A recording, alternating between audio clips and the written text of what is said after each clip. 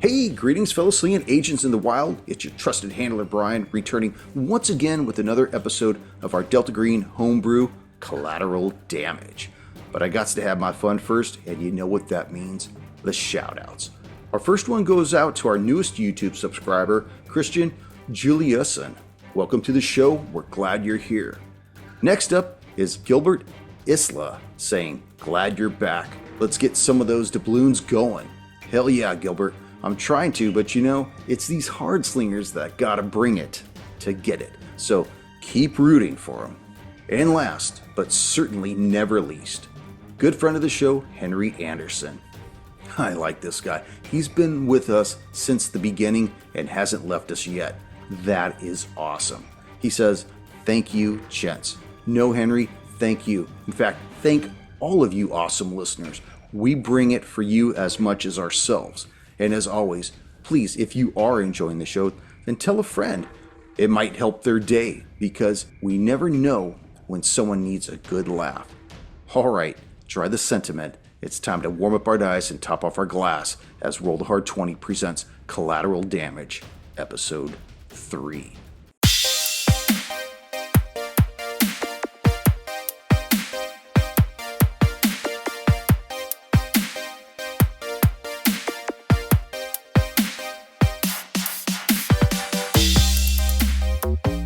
Hey, what episode are we on? We're on episode 3. Episode 3. Is that with all of us? No, episode 2 is... No, that's what we skipped, right? No, episode 2 was... We did the opening, which we landed at the airport. That's episode 1. Yeah, That's episode 1. 2 was Tony and Tony and Sam. Yep. Tony and Okay. Sam. So we're up with just episode 3. Okay. Yeah, so in that fact, makes sense. before we lead in, I actually wanted to say how, even though this was kind of like we kind of put together for you two, because I needed you guys to do your own thing. I think it's actually going to work out really well because you guys have separated. In fact, I'll go into that in just a minute. Let me, I'll go into this now. You guys have separated the two teams. So you really don't know what they're doing. And because the episode isn't out, you really don't know what they did. So when you guys get back together on the same show and we start splitting the action between the two teams, you can kind of get an idea of what they were doing and they'll get an idea what you were doing. And I think it's kind of cool. It lends credence to the reality that you wouldn't know just because you're on the same show. You wouldn't know what you're doing. So. And you remove the possibility of one of us metagaming one another. That's true. That's true. That's always a point of contention that I don't want you guys to, if you're not in the room, to lend assistance, but you guys lend such great assistance to one another, and it's a game. Mm-hmm. So it's like, hey, why don't you try this or try that? Oh yeah, I didn't think about that. And so I wouldn't rely solely on somebody's intelligence and think that they lack something when somebody else would actually give them assistance. Like, hey, you should try this. And I think that's kind of cool because it shows everybody is moving in the same direction. Everybody wants to accomplish the same thing. So that's right. You think this is a game? You think this is a game? Greetings, fellow slingers. Welcome back to Roll the Hard 20 podcast. It is I, your trusted handler, Brian, and with me, my hard slingers of yore. Yeah. Episode 3 of our Collateral Damage homebrew Delta Green scenario. So Agent Omega and Agent Odin, having been approached by Detective Tom Haynes of DC Metro Homicide and asked for your insight in profiling the perpetrator in the homicides of 3 prostitutes over the course of as many nights, you briefly converse with Agents Odysseus and Okami on how to proceed. Now, having been brought to DC per Heisenberg's directive to investigate several suicides, these murders seem to have gone under Heisenberg's radar. But the similarities are uncanny. 3 suicides over the last 3 days and 3 murders over the last 3 nights, each one dying by having their carotid arteries severed. But other than that, both Detective Ramsey and Detective Haynes seem to have ruled out the same perpetrator. So with the 4 of you deciding it would be best to split up in an effort to see if there might be a connection missed by the 2 detectives, you agree to assist Detective Haynes with his murder victims, hopefully lending him that insight that he so desperately needs. As you watch Adesso and each turn towards the elevator, the two of you turn away and head over to where Detective Haynes and his 3 officers wait. And we're walking towards the bullpen, right? Nobody's with us? Nope, just you two. You guys are by yourselves. They're Okay. at the far side of the bullpen at a desk. You see Haynes is kind of leaning against it, but he's watching the two of you come towards them, and his other 3 officers are close by, watching you as well. Eager anticipation on all 4 of their faces. So I look over at Haynes and I put my finger up like, just 1 second, we'll be with you. He crosses his arms and kind of, fidgets with his jaws, like impatiently, but accepting it. Yeah. I turned to Odin and I said, how do you want to play this, Coldwell? Let's figure out what kind of information they got first, and then we'll go from there. It's interesting. We got 3 murders, 3 suicides, all within the span of 3 days and nights. Coldwell, these have to be connected in some way. It is a big city, so I mean, let's not quick to pull the trigger on it, but let's find out what kind of information they got. I mean, it is highly suspicious that we do have a coincidence in between both. All right, fair enough. I mean, it is DC, so anything could, happen. So, okay, so I'll turn and I'll start headed towards Haynes at this point. As you head towards his desk, you see just over the desk, pinned to this thick corkboard, are photos of 2 dead girls and a map showing an area of DC proper. It shows the photos from different angles. You see a big circle where Haynes has drawn around this portion of the city of where all these girls have been located. And he just looks at the two of you and he's like, yeah, guys, he's pretty sheepish about this because you could tell he's definitely got his back against the wall. He's like, yeah, guys, I'm sorry, agents. I just can't express enough how grateful I am. And I'm hoping that you guys might be help me and the other guys here profile what's going on here. In fact, I want to introduce you to my other 3 officers that are helping me work the case. The first one looks at the 2 of you and says, how you doing? My name's Tim Baker. Another guy comes up, he's like, yeah, Frank Arello out of Jersey. And the other guys, I'm Jared Barkley. Let us know anything that we can do to help assist you. We just got to get a crackdown. We're honestly concerned that by tomorrow night, we're going to have a 4th one. Let me kind of catch you agents up if I can. We've been working an angle on 2 murders that occurred yesterday and the day before. Both prostitutes, both found in close proximity. And he's pointing at the map as he's saying this. Most likely, we believe that they knew each other. I was just informed that a 3rd girl was discovered this evening, and the body is still fresh. On-site preliminary forensics are saying she was killed in the same manner as the other 2, which has prompted me to immediately go to you 2 agents. The Vic appears to have been killed around 10 o'clock this evening, around the same time that the medical examiner, Dr. Lotta, determined that the other 2 were killed.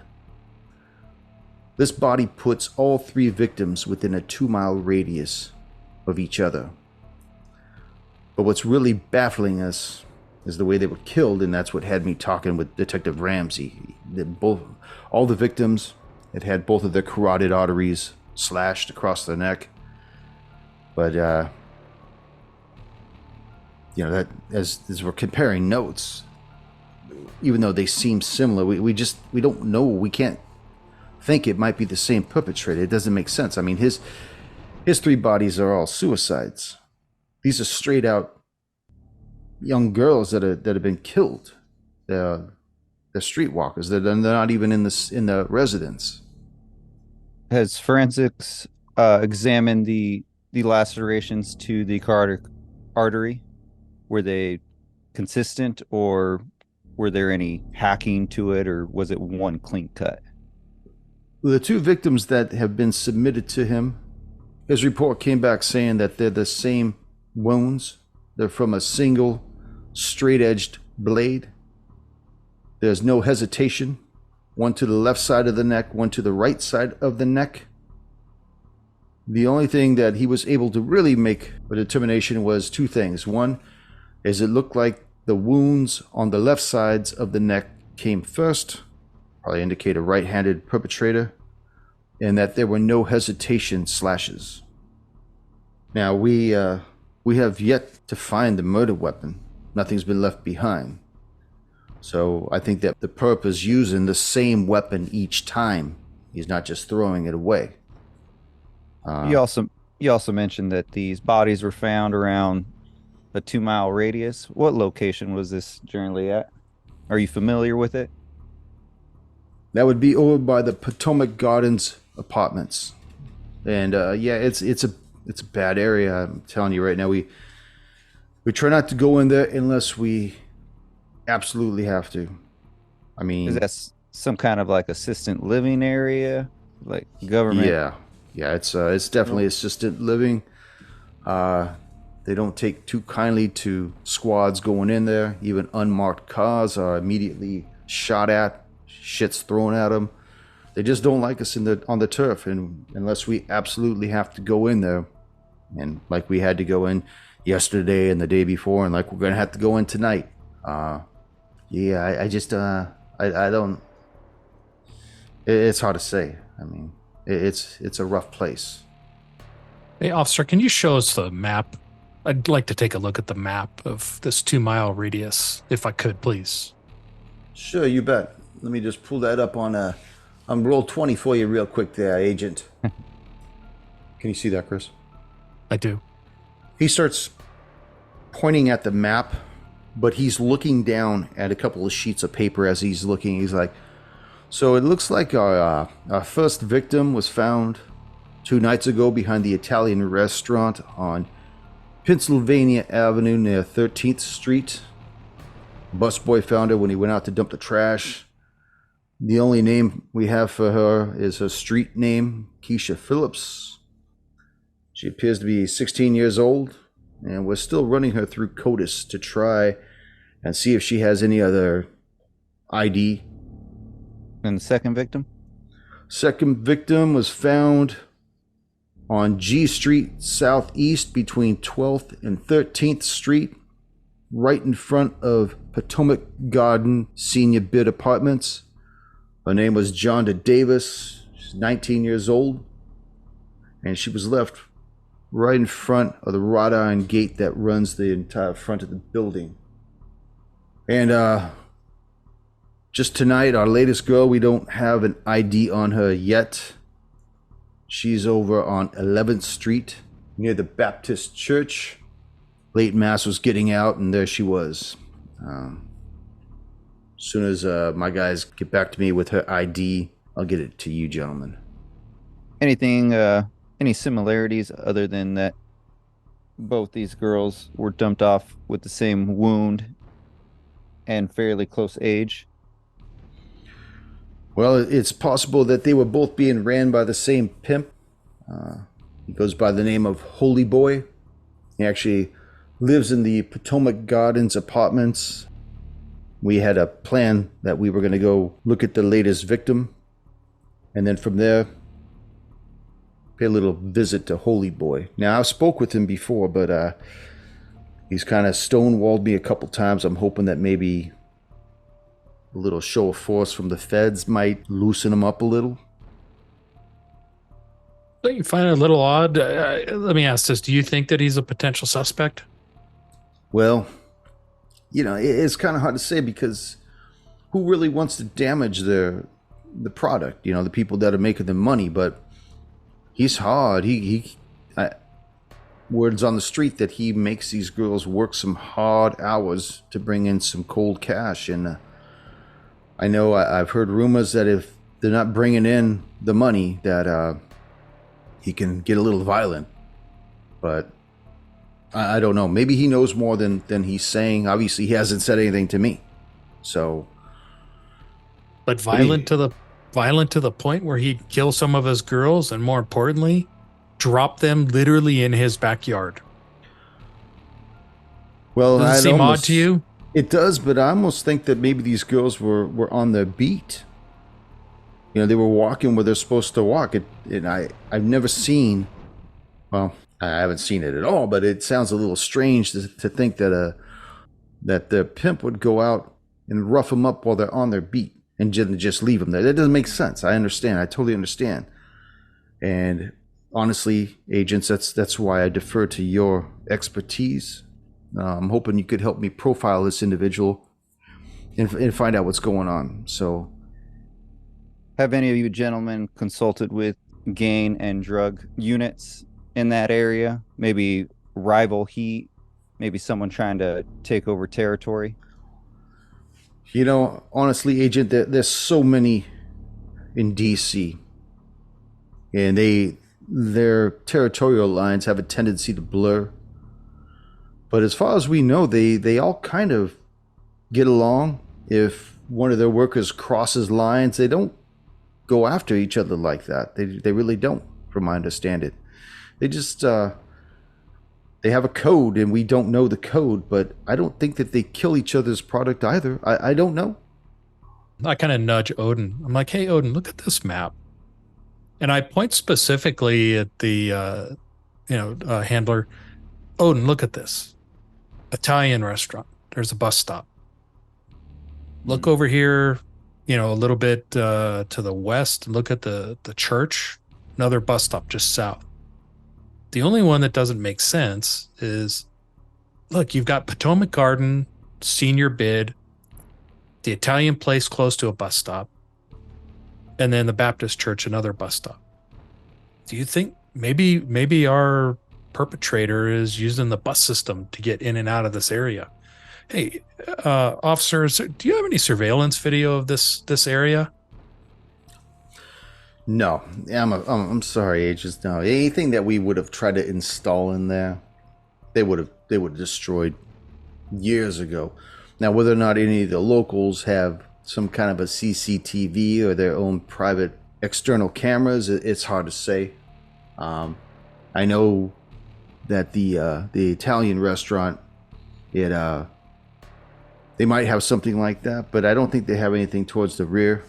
I know that a lot of shady things go on in that parking lot. Obviously, that's probably part of that poor girl's beat, and I think that maybe the owner might have been paid to not put something back there. You know what I'm saying? All right, fair enough. Which just kind of occurred to me. Maybe the parking lot back there is considered a safe space. Maybe. I don't know.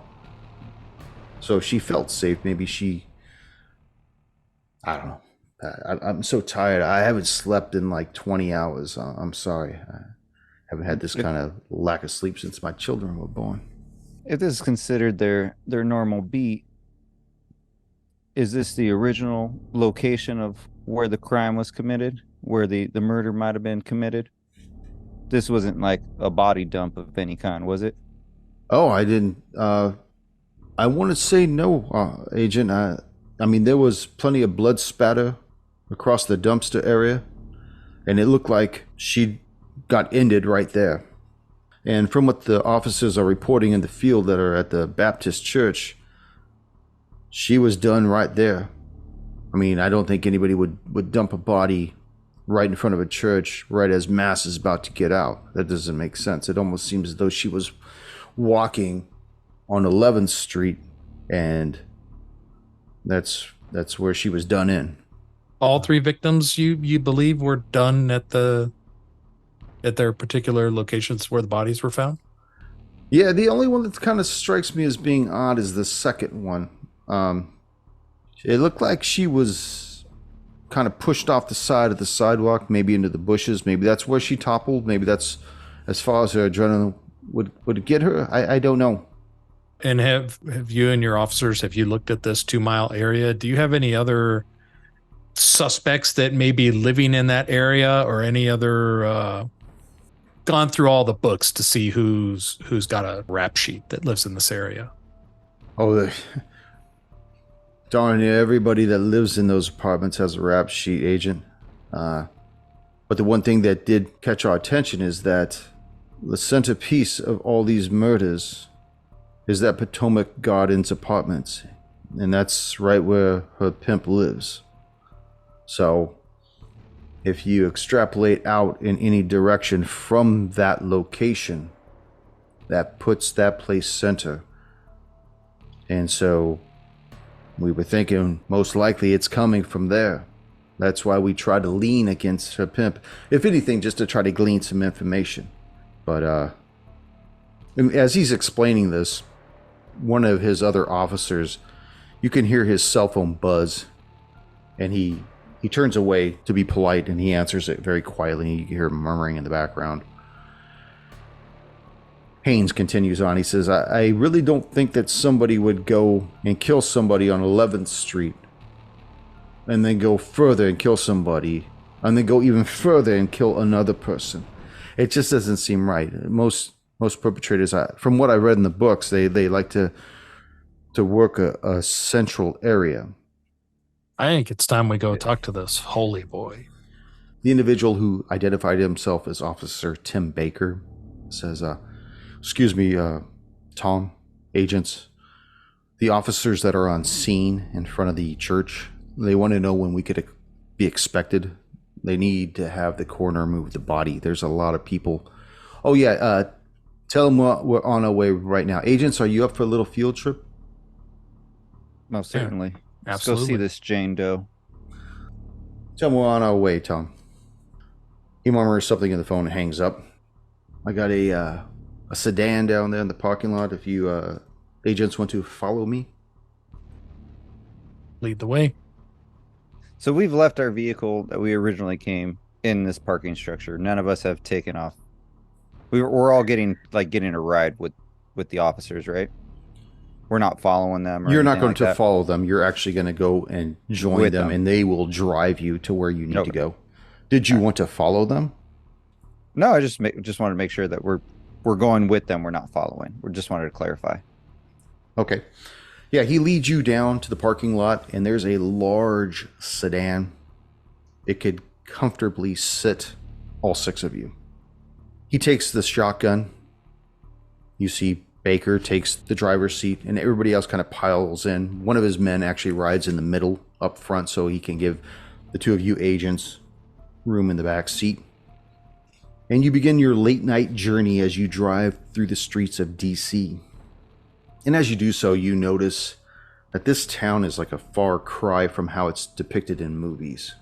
You see lots of homeless milling about, prostitutes walking and leaning into idling cars, mixed with a few straggling tourists who don't really know how close they skirt the dangers of the street. And if either of you agents have been there, you know just how dark the city can get at night. Within a few minutes, your ride pulls up in front of the Baptist church and stops. Detective Haynes and his men get out, and they approach two officers that were assigned to watch over the crime scene. You see a yellow tarp covering something on the sidewalk. It's half on the sidewalk, half on the lawn.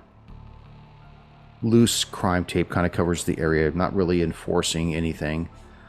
There's still a few looky-loos milling about, but for the most part, it's almost like typical scene here in DC. You hear Haynes say, any ID yet? No, detective. Seems to be an epidemic in this area. Yeah, I'd say so. Why don't you boys give these agents a little room to take a peek, if you mind? And you see the two officers actually leave the cordoned area and just kind of post themselves, make sure nobody else interferes. Detective Haynes looks at the two of you and says, agents, if you'd like to take a look at the body, feel free, please. Yes. Do you mind if we get some examiner gloves? We don't want to contaminate your crime scene. Certainly. Frank, can you get them something out of the trunk? Bring some of those booties too for us. We don't want to contaminate with our feet either. Yeah, you got it, guys. And Frank Arello from Joyzy goes to the trunk, pulls some gloves and some booties out, and 2 large flashlights. And he comes back over and he says, "Hey, here you go, agents. Anything else you need, just let me know. I got all kinds of stuff in the trunk of this car." So, do you Thanks, imagine? officer. Everybody leaves you with this tarp-covered body. And we're by ourselves now. You both are by yourselves with the stuff. You both are by yourselves. You both are by yourselves with the body. Hey, so Coldwell, I think let's take a cursory look and see if we can find some money shaped into a triangle first. Most definitely. You want to check the pockets? Let's not look at the body just yet. Let's just look around the body and see if anything's near that's not stuffed into her pocket. Or the body is still covered, by the way. So yep. We're just checking the surrounding perimeter for surrounding area. Yeah. Very close. Yep. Go ahead and make a search check. Yeah. All right. Okay. Ooh. Rice. 2 under 51. Coldwell. I got 66, which is over my 50. Okay. Rice, as you're poking around, looking in the grass, looking along the sidewalk, you've got your mag light out, you're illuminating the whole area, and you don't find anything at all. Money, nothing that looks suspicious. Nope. Okay. No, nothing at all. You see droplets of blood. You see trampled grass. You see a loose shoe off to the side, but you don't see any currency. Certainly nothing folded. Does the trail or the droplets of blood look like they come from the grassy area to where the victim is, or is all the blood kind of localized to the location where the body sits right now? It looks like it stems from the sidewalk and then trails to underneath the tarp. So all within very close proximity to the body? Within 5 feet. Okay. All right. Hey, Caldwell, I don't see anything, kind of in the immediate proximity that we should be looking at. It looks like this happened right where the body's at. So that tells me that, and we're right on 11th Street, right, Handler? That is correct. So Coldwell, it seems like this happened like in broad daylight, right on the street. That whoever perpetrated this wasn't afraid of doing it out in the open. Wasn't worried so much of someone seeing him. Now, if I pan the area, is there a field across an empty field, or is that like a school? What's across the street from the Baptist church? It looks like there's some kind of a field, but you're talking a span of maybe 50 feet before it even begins. And being as dark as it is, it's really difficult to tell how deep it goes or what its serviceable use is. Okay. I just wanted a general idea of the location I'm around. You see a lot of people begin milling about, even though the 2 officers that were originally stationed there, as well as the detectives, are trying to keep everybody kind of back. But it seems that with your arrival, there's a new interest in what's going on. Well, Omega, we got a lot of looky-loos coming out. What do you say if we take a look at this poor girl? Yeah, that's I lean down. We move over to the body. I lean down and I lift the tarp. You pull it up. You notice she's an African-American girl, approximately 17 years old. Really thin, maybe 96 pounds. But she has these 2 deep wounds, these 2 very deep lacerations on either side of her neck, to the point where you could almost see her spine on either one side. It's just a ghastly scene, and I need for both of you to make a sanity check as you see this inhumane way to treat another human being. Omega? I rolled a 1. You pass. Odin? I wrote a 4 and a 00. That's 4, right? That is a 4. So you both pass. Having been going through a lot of this stuff, especially back there in Groversville, seeing all kinds of weird shit go down. It's not that you ever get used to seeing the unnatural, let alone somebody being dismembered, but you almost pretty much expected this based on what Detective Haynes had described previously. So even though you feel a little bile come up, you just kind of hunker down and get through this shit. One of the things you do notice also is that either one of these deep lacerations would have been enough to kill this person. And yet, this young girl was inflicted with 2. Can we tell from the wounds, were they trying to decapitate, or was it literally, I mean, the second wound looks like just a fuck you slash. Or just to ensure that he made the kill. That would probably entail some kind of a forensics check. I'll give a forensics attempt on this. Okay. I failed 68 over 50. Okay. Odin? Ooh, you got better forensics than I do, but I'll give it a shot. Ooh, 9. 9. As you look at this wound, both wounds, you notice that they come from the back of the neck to the very front of the neck at a 45-degree angle inwards on either side. And even though you can see the spine, I'll let you take away from that what you will. In fact, if you want to take a guess, I may even give you a gold doubloon. So it's a back to front. It's back to front at a 45 degree. At a 45-degree angle. So that is. Hold on. Whoever. Let Odin make that first. I actually don't have a clue what that might be. Okay. I know he's killing her, but the only other thing that comes into my mind, which I doubt because I'm going old school swordsman, is like Zorro style, but that's the only thing I have in mind. Omega, I want to hear what you had to say. The gold doubloon's off the table, but I want to hear it anyways. So back to front, 45. So it's literally like symmetrical slashes across the neck. That's correct. Is it one knife or is it 2? From what Haynes had said previously, it looked like the deeper of the 2 wounds was on the left side of the neck compared to the right side.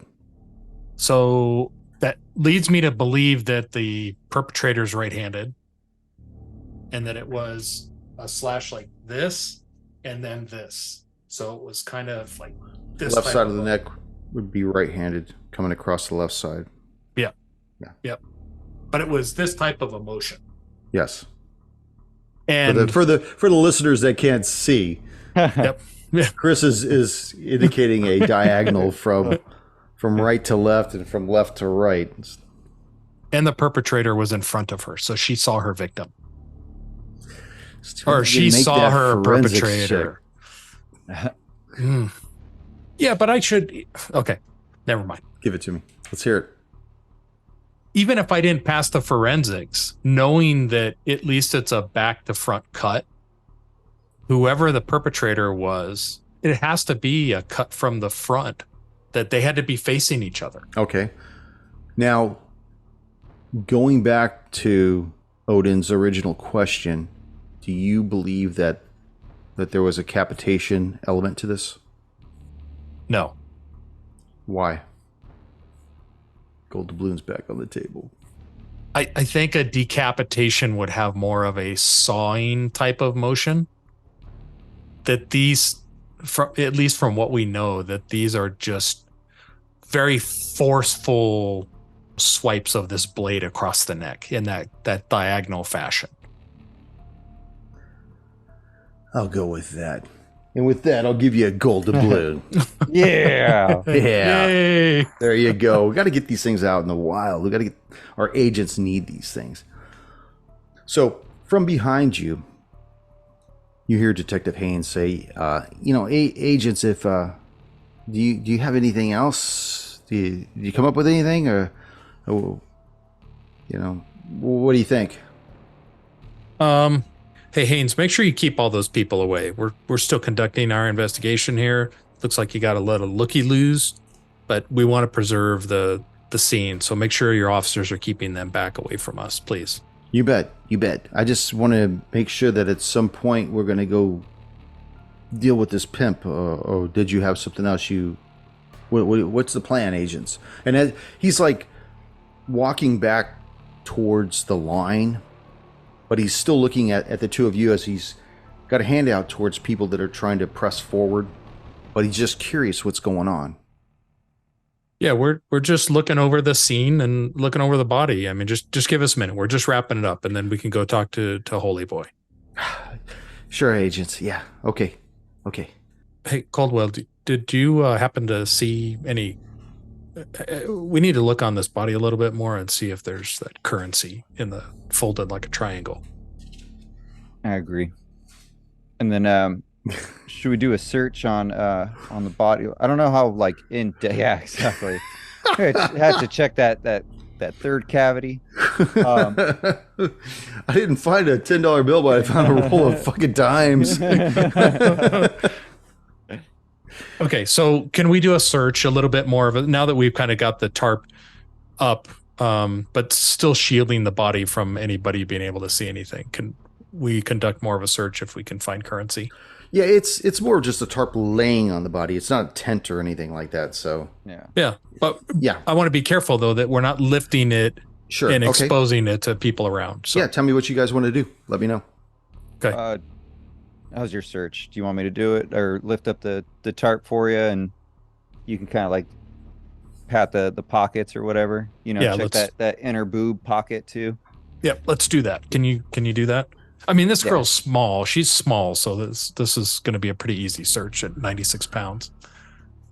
And I'm not even going to ask you guys to roll for this. Just tell me what you're looking and where you're looking at. She's clothed, I'm assuming still. So I'm going to look at any pockets. She's wearing like a mini, almost like a sundress kind of thing, even though it's a little chilly out. She wants to show the merchandise.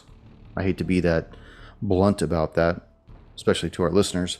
But she's trying to sell herself, so she's showing a lot of skin that you normally wouldn't see. Okay. So tell Omega,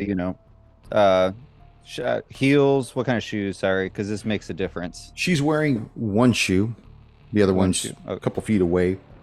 They're flats, sandals. Okay. Because if she was wearing shoes, I'd say check inside the socks or in the shoes or something. But if she's wearing flats, then that eliminates that.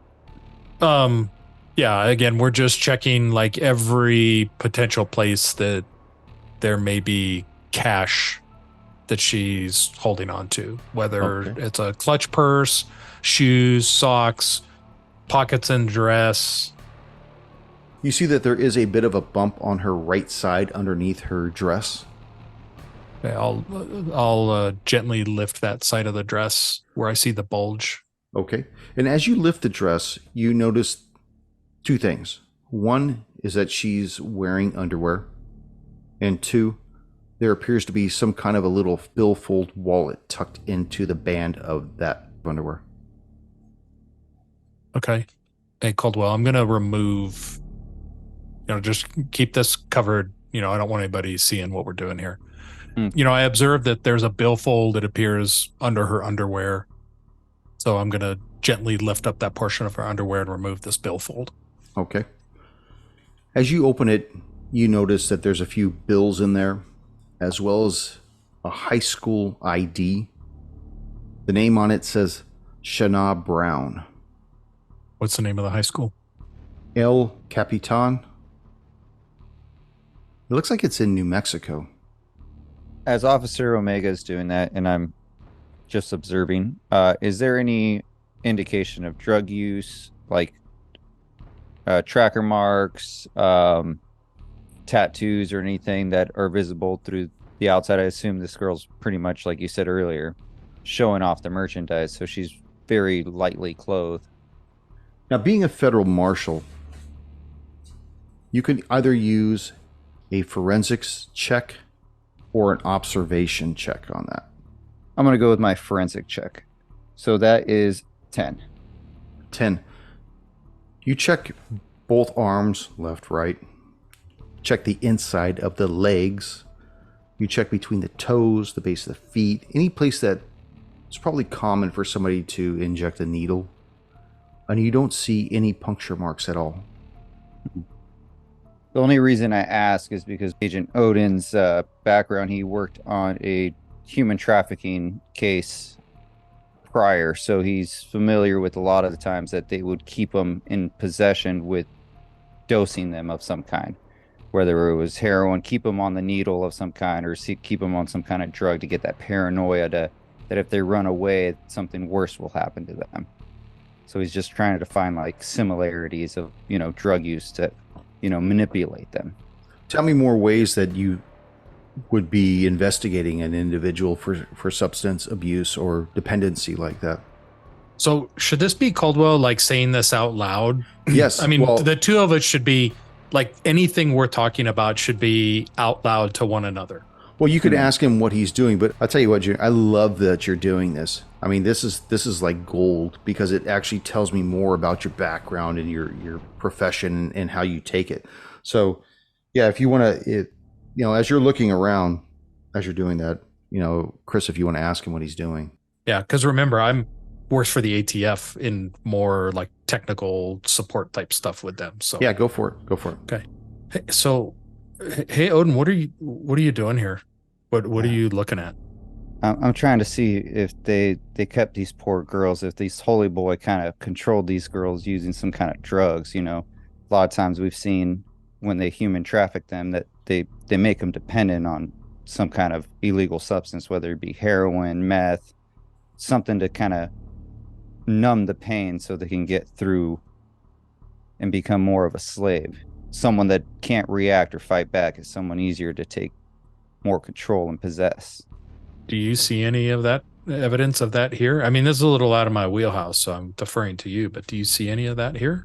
I don't. I mean, check the toes, check anywhere that they might hide it. They don't want to make it too obvious because if you damage your goods, you can't sell it for a higher price.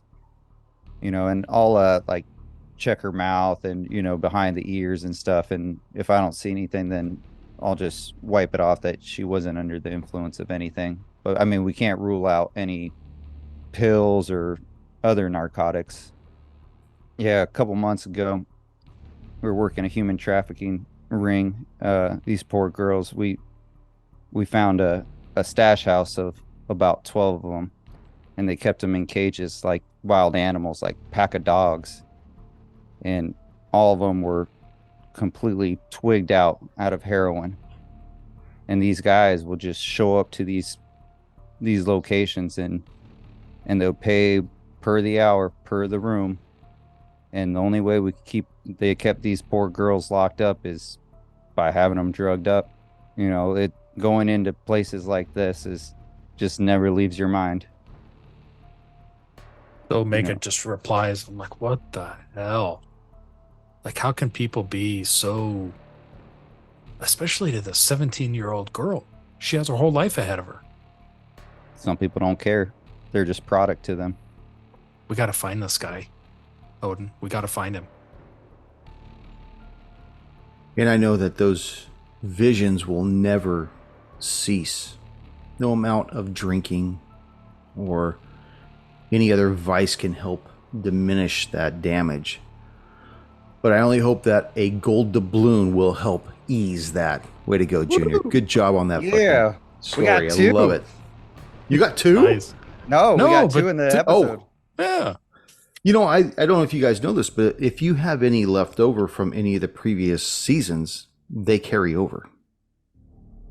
On Delta Green. They don't carry over from like Bloodlords or from D&D or anything like that. They'll carry over from our Delta Green sessions. So.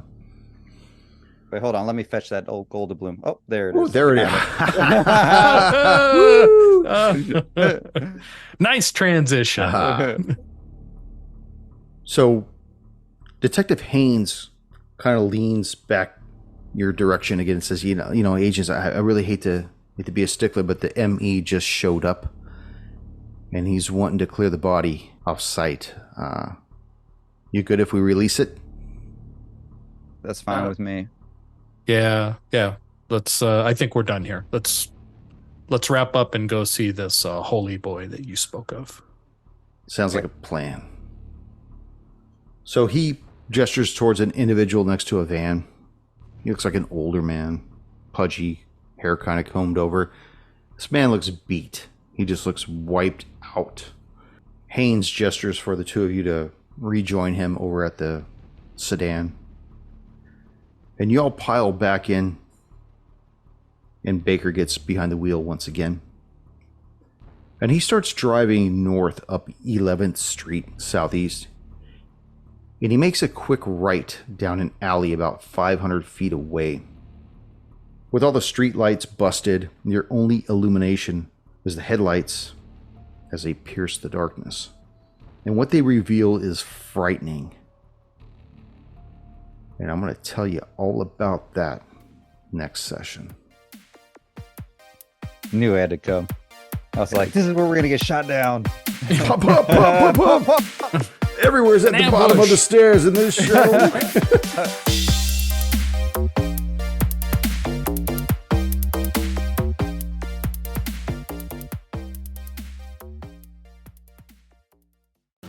Thank you for joining us once again on Roll the Hard 20 podcast. Remember, you can find us and subscribe to the show on Apple Podcasts, Google Podcasts, Spotify, Pandora Radio, iHeart Radio, Amazon Podcasts, and Audible. And if you like what you're listening to, be sure to leave us that 5-star rating and review. Don't forget about our YouTube channel at Roll the Hard 20. So if you're into watching and you want to help support this show, then head on over and hit that subscribe button. It really does help the show out.